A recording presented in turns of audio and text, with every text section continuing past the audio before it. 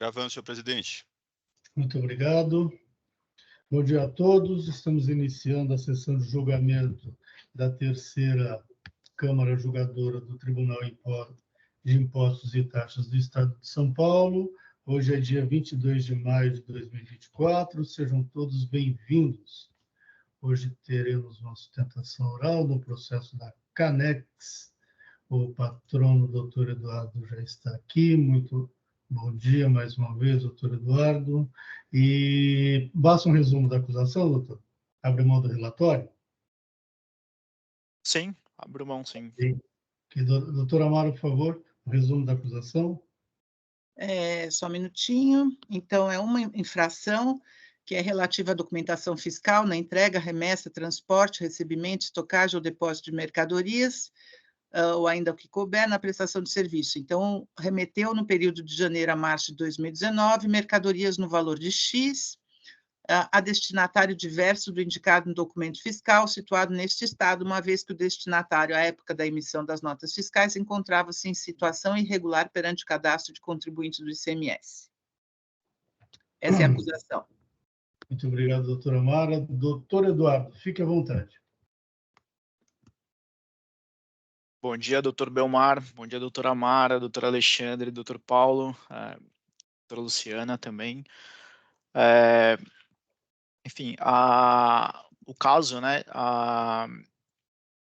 mais um caso de nota fiscal inidônea, e só explicando um pouco, contextualizando a questão da Canex, né, como ela atua e como ela opera. É uma empresa comercial, né, voltada para o açúcar, e ela atua adquirindo, né, o açúcar de usinas e vendendo para outras empresas. Ela intermedia essas negociações. Na verdade, intermedia, né, ela adquire e revende.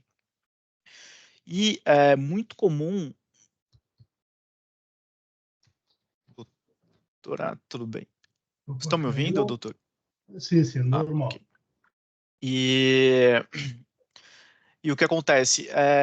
Normalmente, ela atua da seguinte forma, né? Não que isso seja sempre, mas é muito comum nas operações dela, em que ela faz essa... Assim que ela é consultada pelos clientes, né, e há uma solicitação, uma demanda de um pedido, ela faz essa aquisição junto às usinas, e o adquirente da mercadoria, após a negociação, ele retira direto nas usinas, né? Nem sempre ela que é responsável pelo transporte do açúcar, né? Normalmente ela atua dessa forma. E aqui, né, o nosso ponto é mostrar que na situação que na situação vivenciada foram cumpridos os requisitos que o STJ entende como necessários para comprovar que de fato houve operação, de fato que houve boa-fé. Entendemos que esses elementos eles estão comprovados no auto, porque assim, essas operações em discussão, elas se referem ao período de janeiro a março de 2019, né? E a declaração de inidoneidade das empresas que adquiriram as mercadorias da Canex, né, e que foram declaradas, ocorreu, acho que em 2021, né, meados de 2021. Por essa razão, o fisco entendeu que, né, ele considerou inidôneas todas as operações realizadas com essa adquirente, que no caso é a empresa Rio Pretano.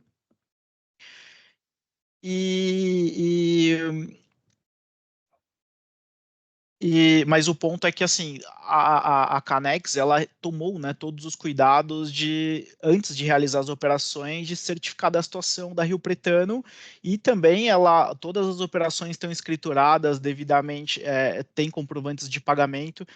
E com relação a esse aspecto, com relação à consulta da empresa da situação da Rio Pretano, o que é importante aqui destacar é que no caso, nos autos,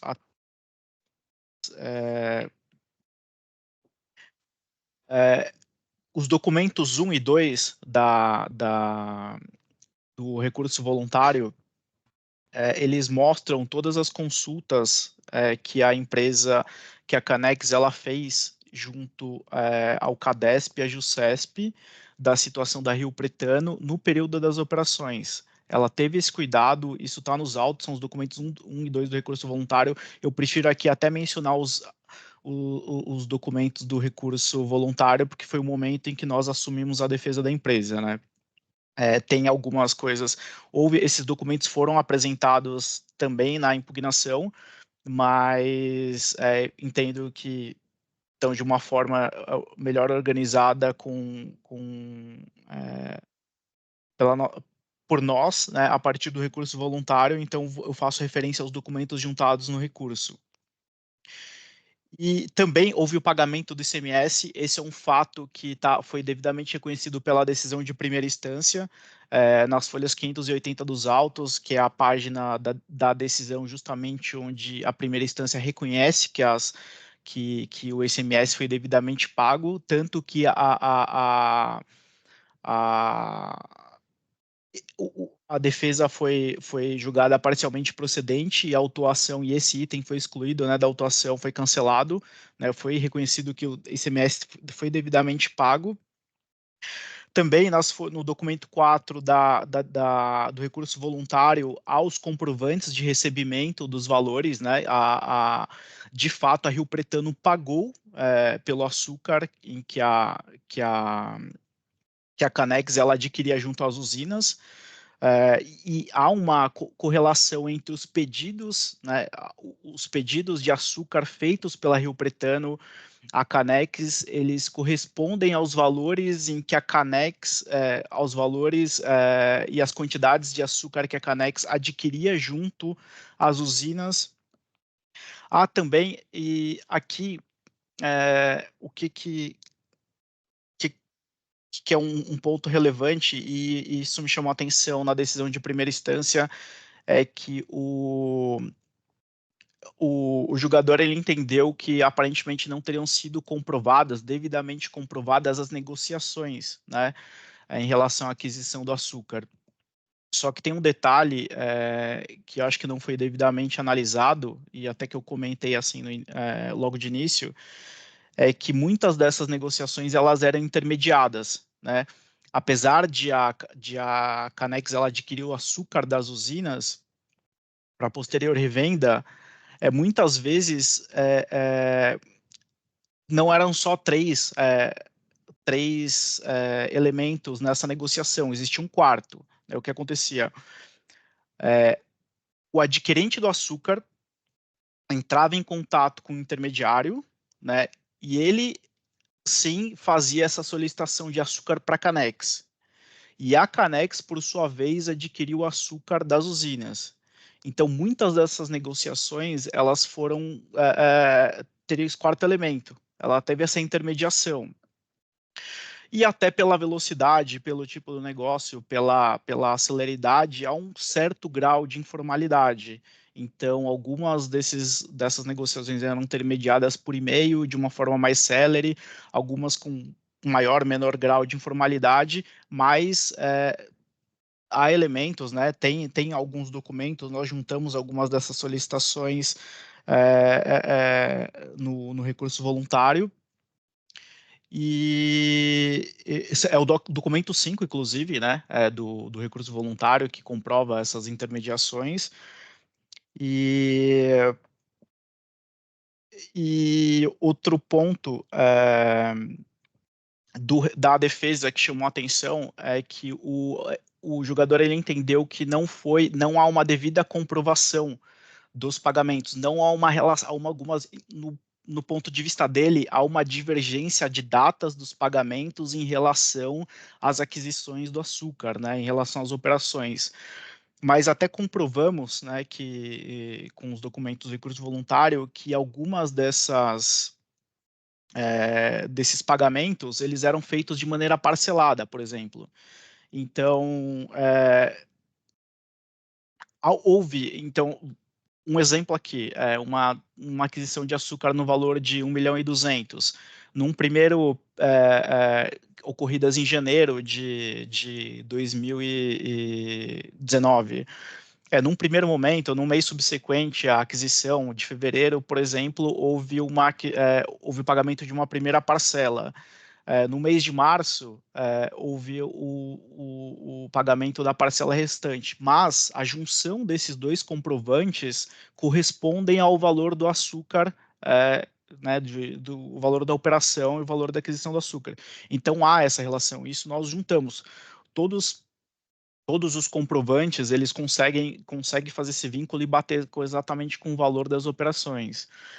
Então, assim, eu acho que entendemos que isso, né, que esse detalhe, a observância desse detalhe afasta esse entendimento do julgador de primeira instância. Enfim, acho que esses eram os pontos que era necessário discutir aqui. Agradeço pela atenção dos senhores.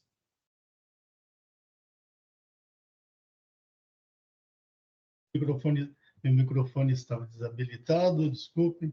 Doutora Mara, obrigado, doutor Eduardo. Doutora Mara, a senhora tem algum questionamento ao patrono?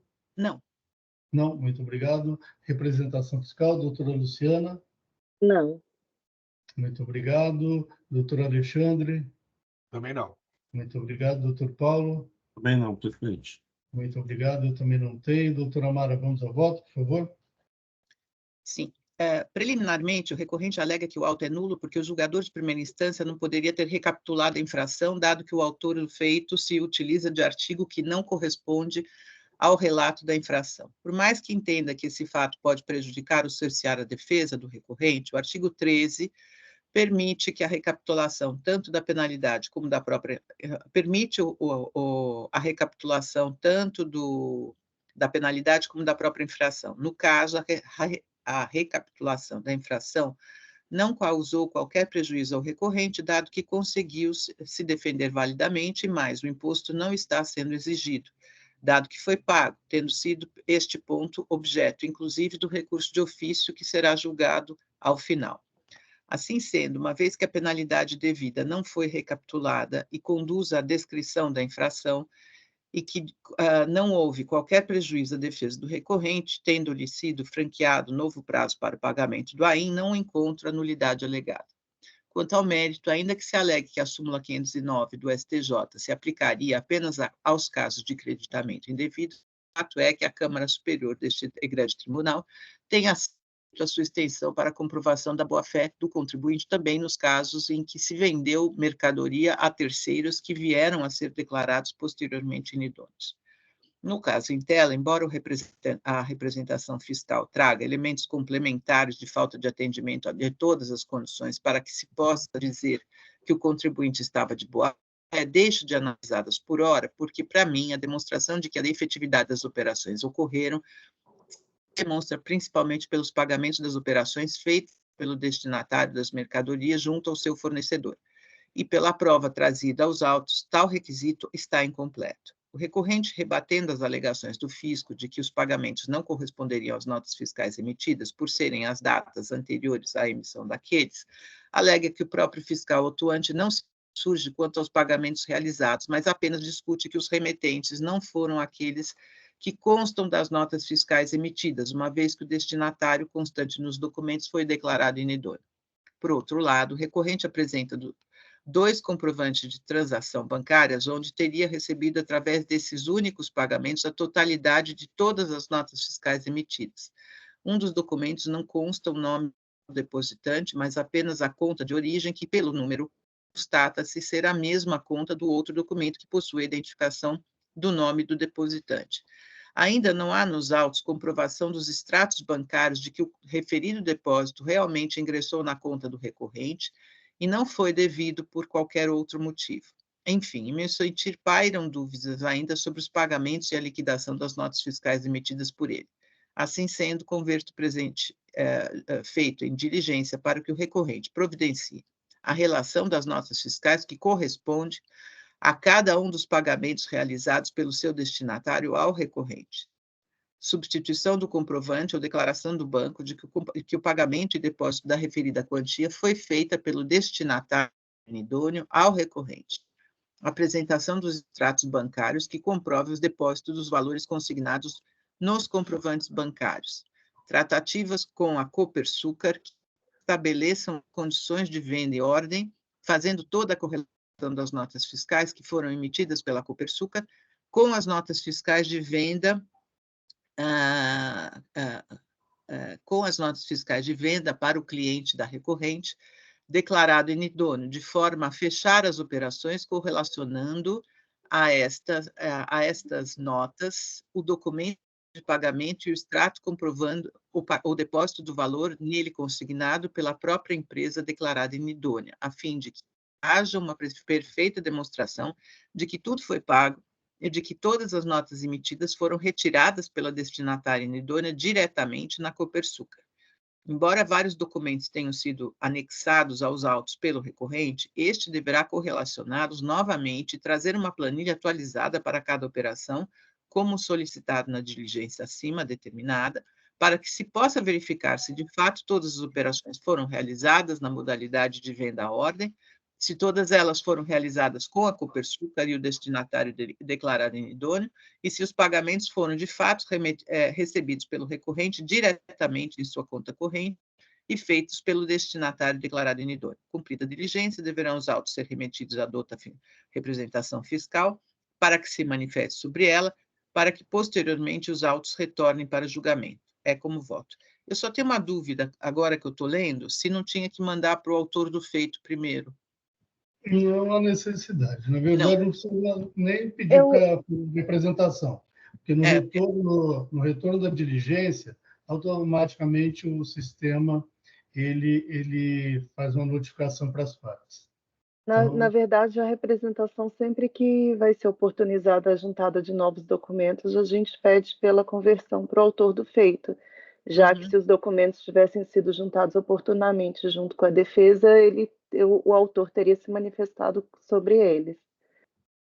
Mara, são muitos documentos? Olha, são bastante. Então seria importante, sim, porque é mais fácil para o fiscal, ele tem instrumental para analisar melhor do que a representação. Tá. Né? Então você reabre para mim que eu Sim. Coloco isso? Uhum.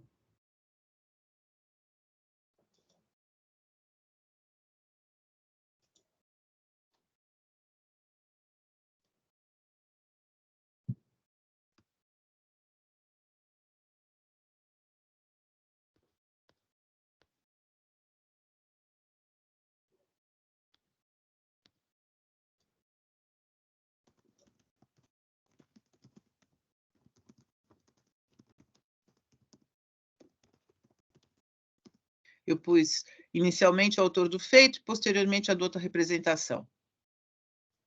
Tá bom? Ok. Ótimo, obrigada, Mara. Nada. Pronto. Aqui, de vez em quando, não registra. Eu pus para registrar.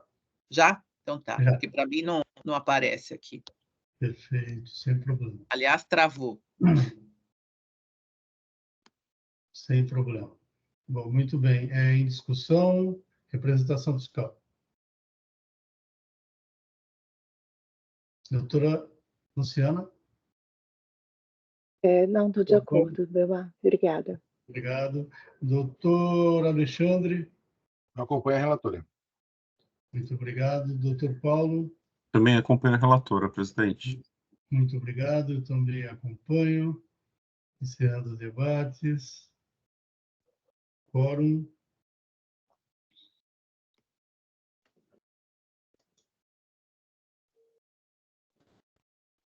Em votação.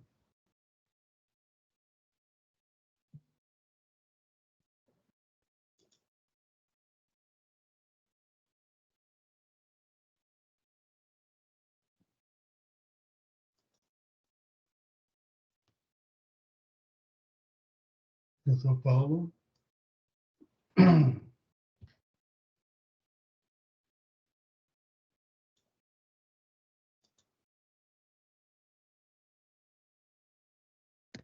Veio. Encerrando Desculpa, votação. tinha travado meu empate aqui. Encerrando votação. Encerrando o julgamento. Muito bem. Doutor Eduardo, cadê o senhor? Está aqui. Então, foi convertido em diligência nos termos do voto da relatora Muito obrigado, tenham um bom dia. Eu que agradeço, doutores. Um ótimo dia a todos. Até mais.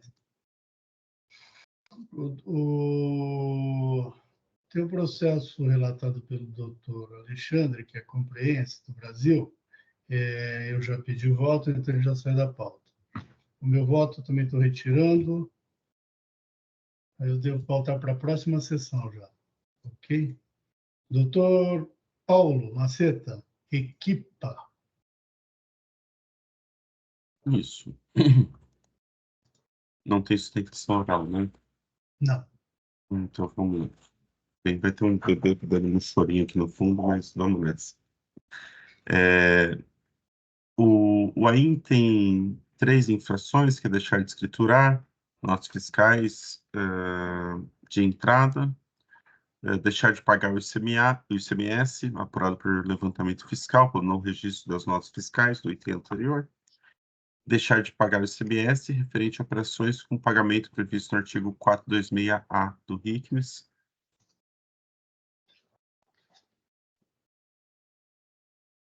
Só.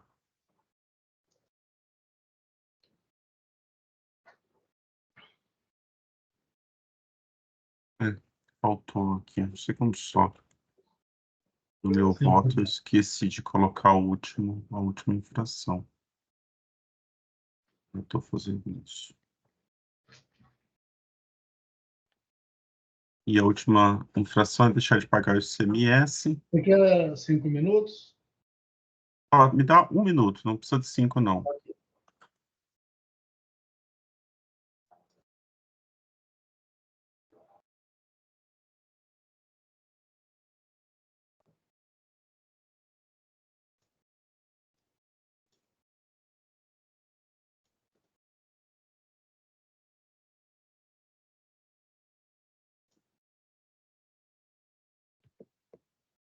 Podemos ir no item 4, então, é deixar de pagar o ICMS por emissão de notas fiscais eletrônicas, referentes a operações tributadas, como sendo operações sem incidência de imposto por corresponderem à alocação de equipamento informático outsourcing.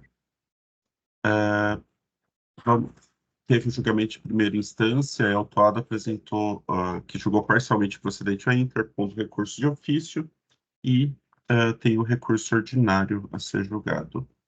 Eu vou lá para o meu voto no item 17, e o recurso de ofício foi interposto, pois foram excluídos da presente autuação diversas notas fiscais.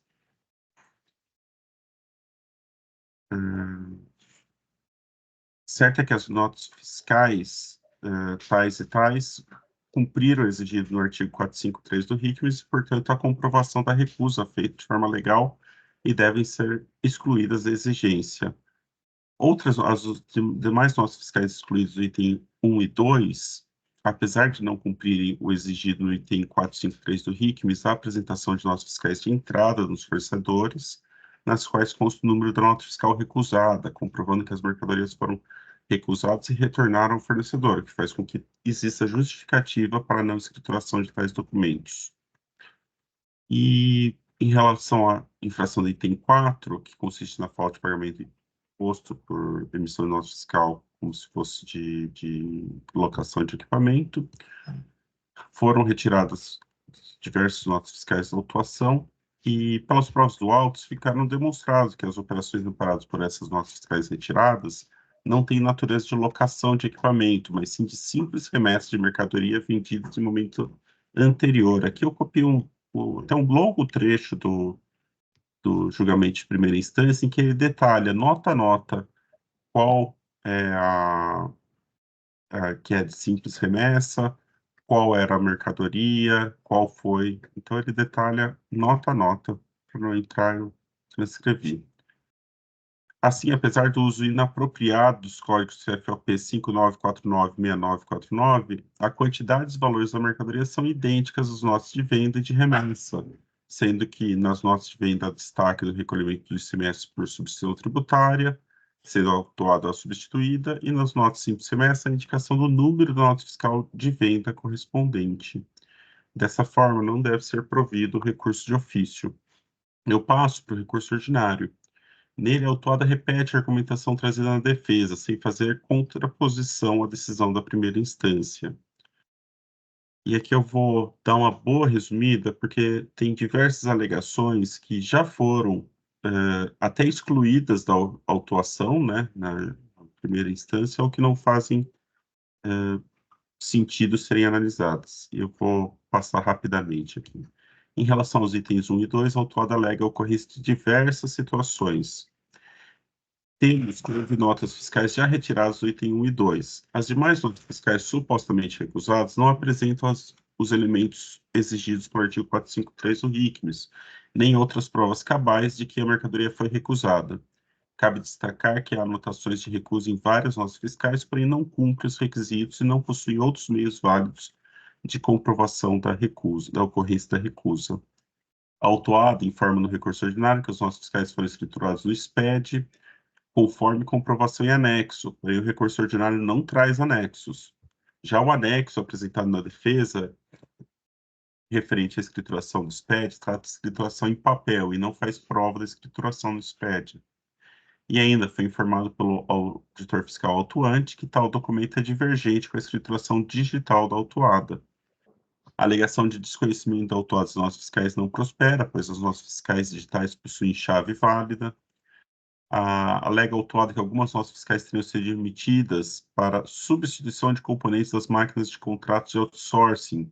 Ocorre que tais notas não fazem parte da acusação.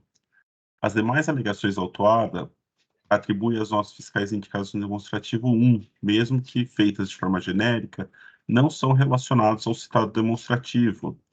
Isso decorre pois o demonstrativo 1 apoia os lançamentos dos itens 1 e 2 do AIM, que são relativos à não escrituração das notas fiscais ou não pagamento do CMS apurado.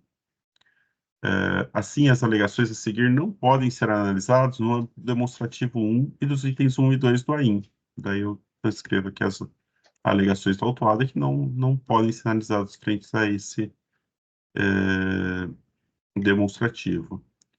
A autuada alega que para o item 3, que houve mero erro na forma de preenchimento das GARES, sendo que tal fato não gerou prejuízo ao erário. Resta que o processo foi convertido em diligência para a autuada, comprovar as alegações e ela não apresentou o comprovante de pagamento. Então, não tem como comprovar um mero erro de forma. A falta de prejuízo ao erário e não intencionalidade não podem ser acatadas, dados dispostos no artigo 136 do CPN. Relativo ao item 4, a autuada alega que existem notas fiscais autuadas que seriam de componentes danificados de máquinas locadas via contrato de outsourcing, sendo que tais peças seriam de uso e consumo. Todavia, a autuação recaiu sobre notas fiscais emitidas somente para clientes sem contrato de outsourcing vigentes. Assim, não há razão lógica para acatar a alegação da autuada. A autuada alega ainda que existem no item 4 notas fiscais de retorno de locação, de simples remessa de venda de mercadoria, entre outros. Nota-se que a alegação é feita de forma genérica, sem especificar quais notas se enquadrariam em cada alegação da autuada. Todavia, como exposto anteriormente nesse voto, foram excluídas do item 4 notas fiscais que se comprovaram ser de simples remessa de venda, que já tiveram recolhimento de CMS. Se houvesse outras notas dessa mesma situação, caberia à autuada indicar quais notas seriam essas. Em relação à alegação da nota ser de simples remessa de retorno de empréstimo de produto em garantia, a autuada não indicou a nota fiscal de venda do produto para ser passível de substituição em garantia. Em relação à alegação da autuada, a alegação da nota ser de simples remessa de ativo fixo para teste de funcionamento, não foi indicada a nota fiscal de devolução do ativo fixo enviado para teste de funcionamento. Assim, as alegações relativas ao item 4 não podem ser acatadas. Antes exposto, conheço de ambos os recursos e nego provimento para ambos. Assim que eu voto, presidente. Muito obrigado, doutor Paulo. Em discussão, representação fiscal. Estou de acordo, doutor Delmar. Muito obrigado, doutora Mara. O Paulo, houve pedido de consunção do item 1 com o item 2? Tenho quase certeza que não, Mara. Tá bom. Eu, Se não assim, teve, tudo bem. eu, Só para perguntar, porque era o básico, né? olha, Doutora Mara, desculpa, perdão. Fugiu aqui o som, mas tudo bem, eu acho que eu entendi. A senhora está falando em concussão, certo? Isso, consunção. Tá, perfeito. Perguntei se tinha alegação. Tinha pedido, né? Mara, eu entrei aqui no recurso ordinário do processo agora e não localizei a palavra consunção. Tá, beleza. Eu com certeza, se tivesse, eu teria visto, mas Não, só estou querendo salvo tirar melhor dúvida, juízo. porque sabe como é, né? O principal não foi alegado, essas coisas. Muito bem. Doutora Mara, mais alguma consideração? Não, só isso. Obrigado. Muito Concordo com o obrigado, relator. doutor Alexandre. Acompanho o relator, presidente. Muito obrigado. Eu também acompanho o relator. Doutor Paulo registrou o voto, encerrando os debates. Quórum.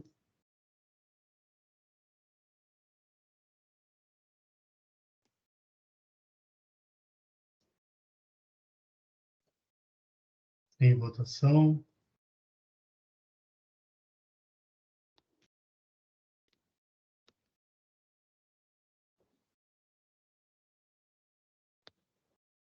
Encerrando a votação. Encerrando o julgamento.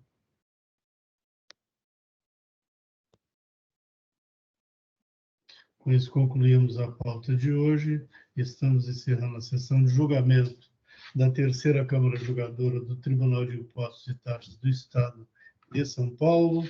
Hoje é dia 22 de maio de 2024. Muito obrigado a todos que nos acompanharam e até uma próxima. Doutor Jailson, podemos encerrar a live?